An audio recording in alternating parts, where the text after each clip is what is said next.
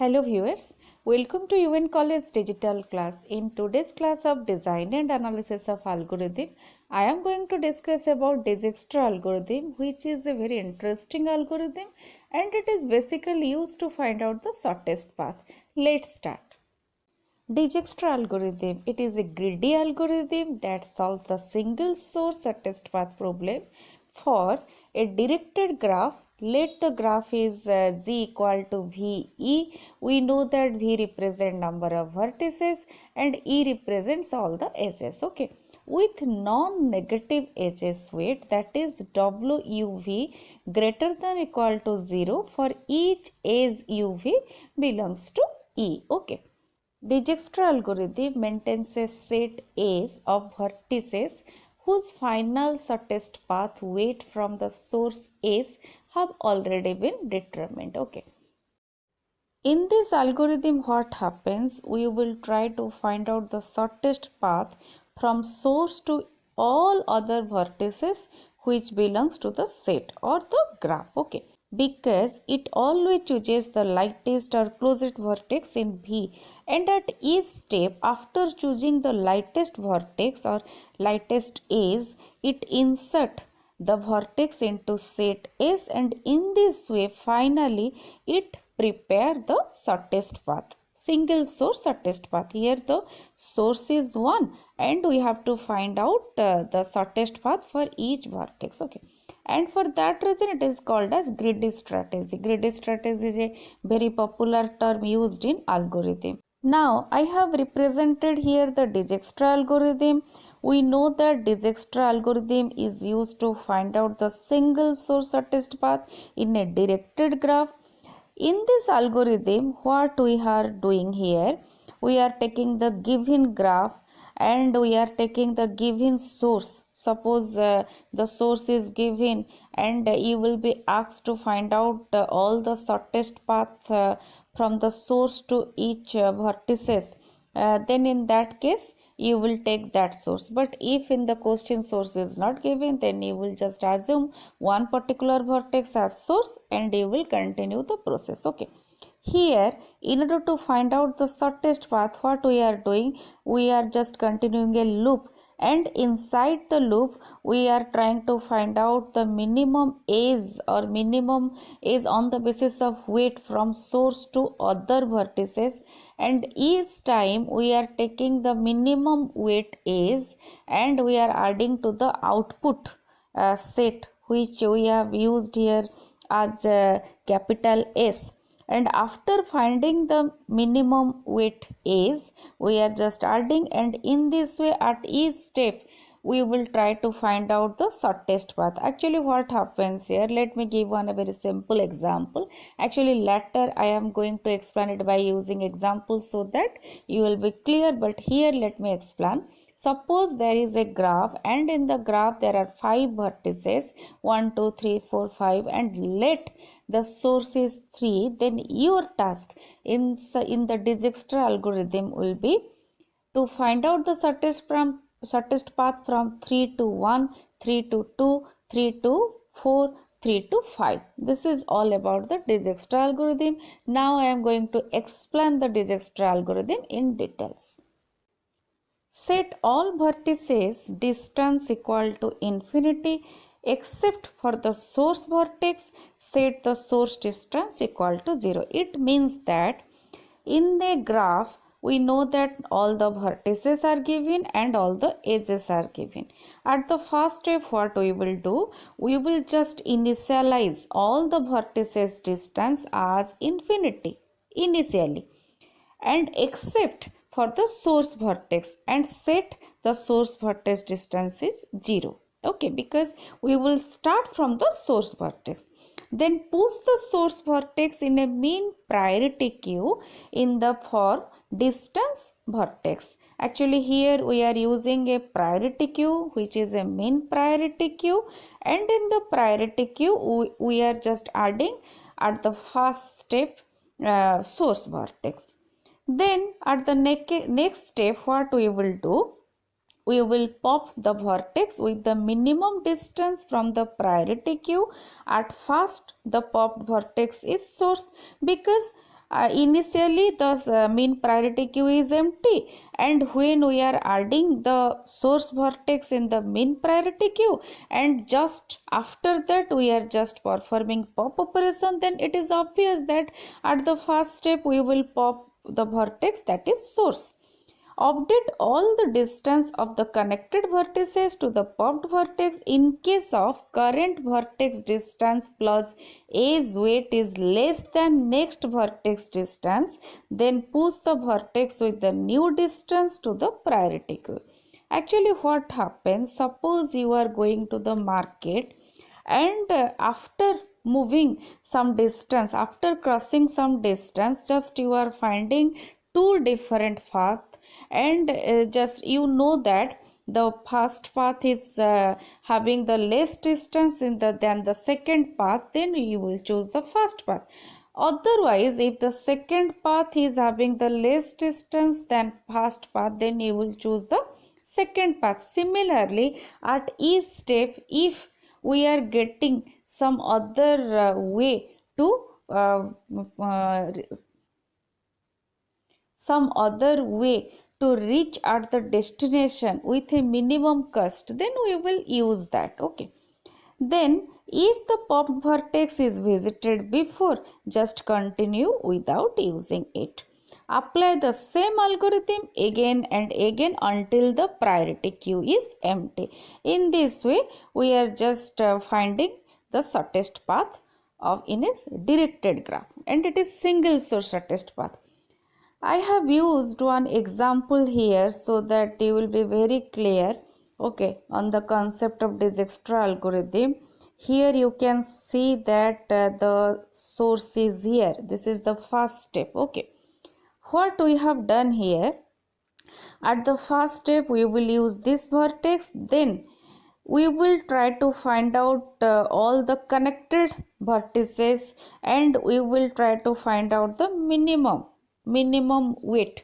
And here you can see that the connected vertex is this one T, and the connected vertex of S is this one Y, and here this one is minimum, so we will select this one. This is directed, so here we must consider this particular case because we have to find out the minimum weight on the basis of direction, all the connected edges. Okay, then after reaching here, which one? Y.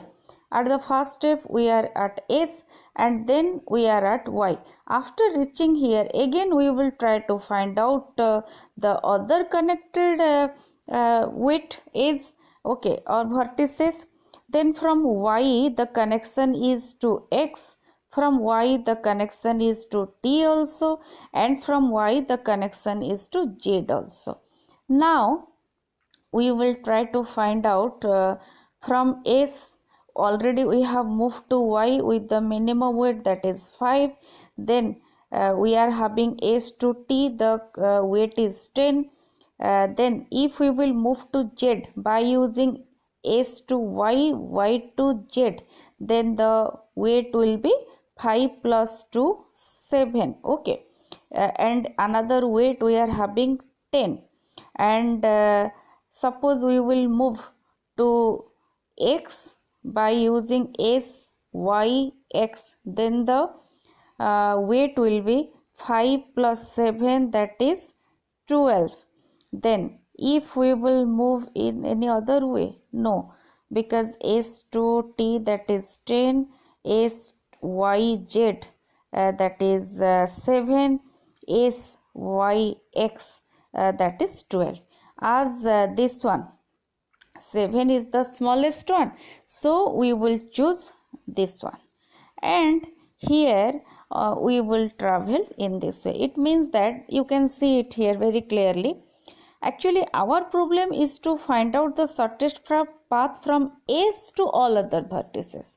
So here we have find out S to Y is 5 and S to Z is 7 at this step. Then next again we will try to find out. Let me clear all the this one so that it is all okay. Now let me here already what we have traveled, S to Y, then S to z on by using y. Okay, let me give a link here. Then next, s to t, we have left s to t. Then try to find out any other way, and the way must be minimum. How? s to y, then y to t. 5 plus 3, that is 8. 8. And already we are having s to t, that is 10. Then s to y, y to z, and z to x. 5 plus 2 plus 6. 5 plus 2 plus 7 plus 6, 13. That is okay. And then any other way? 5 y, then z, 5 s y z, s to t, and s y z x, that is 13. Now here this is the smallest, 8. Okay, and for that reason we will choose this one also. We will choose this one. So here you can see that we are having three shortest path right now from source. One is s to y, that consists of 5 weight. Another one is s to z, s to y, y to z, in this way. Another one is s to y, y to t. In the next step, again we will try to find out the next one. What are those? Let me erase all this so that you will be clear. Okay, so now what are those? Now s to t is already covered. Okay, in which way? Not directly, but s to y, y to t, that contains 8 weight. But if we will travel s to t directly, then it will contain 10. So we will discard this. This is greedy algorithm. Actually what happens in greedy algorithm, when any better option it is finding, it will grab it. It will just ignore the previous one and it will grab the better opportunity. That's why it is called as greedy. Okay, now if we will travel from s to y, y to t, t to x, then the weight will be a 5 plus 3 plus 1, that is 9. Okay, that is 9. That is 9. Okay, s to y, y to t, t to 1, x. Okay, then any other one? Yes, if we will travel s to y, y to z, z to x, then that is 5 plus 2 plus 6, 5 plus 2, 7 plus 6, 13. It is more expensive in comparison to the previous one. Then next one, any other one? Any other one is that 10 plus 1. Yes, no, actually we cannot use this one. 10 plus 1, by mistake I have used this because we have not chosen this path. For that reason this path will be discarded. Okay, so here you can see that as this one is smaller, so we will choose this one. And now in which way we will move? We will move to x, from s to y, y to t, then t to x, in this way. Now I am going to give you the representation of the final output. Here you can see that we have chosen, this is the final output. Here you can see that we have chosen initially s as the source, and from s to this one y, this is 5. Okay, then we have used all this one. You can see it very clearly. 5 plus we have traveled to z on the basis of by using the intermediate y, s to y, then z. Then we are traveling to t by using this path, from this to this path. Okay, then we are traveling to this by using this to this, then this to this, then this to this. In this way, this is the final representation. It is very simple and very interesting also. Actually we have to consider one point here, that each time if we are getting one path which is shortest in comparison to the previous path, then we will just ignore the previous path and we will take the new path. Okay, this is the concept. And one more thing I want to show you here. You can see here that let me use the pen. Here one path from Z to S. Okay, actually here we are not considering the distance from S to S. Here we are not considering this because this is the problem is that the source is given, and the problem is that we have to find out the shortest path to all other vertices, not from source to source. And for that reason this path from J to S is not considered in this example. I hope you have got a clear concept on Dijkstra algorithm.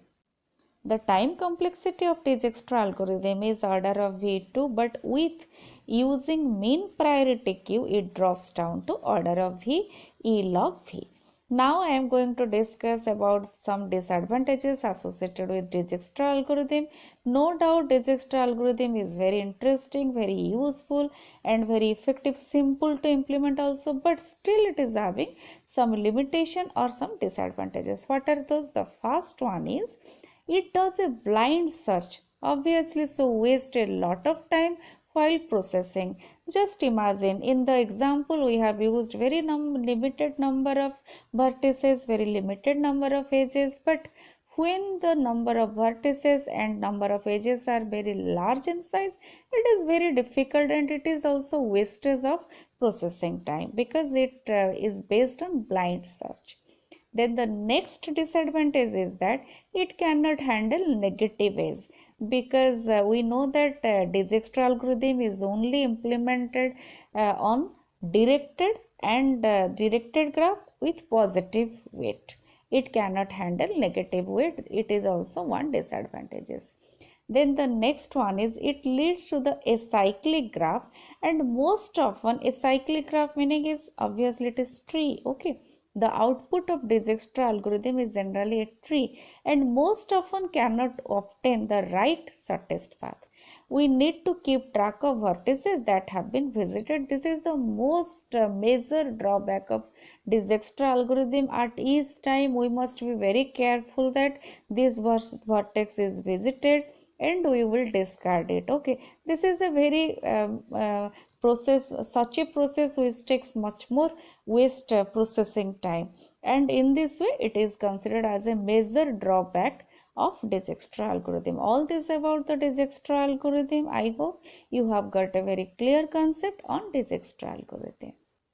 In this class, we have discussed about Dijkstra algorithm, how it can be implemented, also with its disadvantages. If you have any doubt, then please write to me in the comment box so that I can clear your doubt.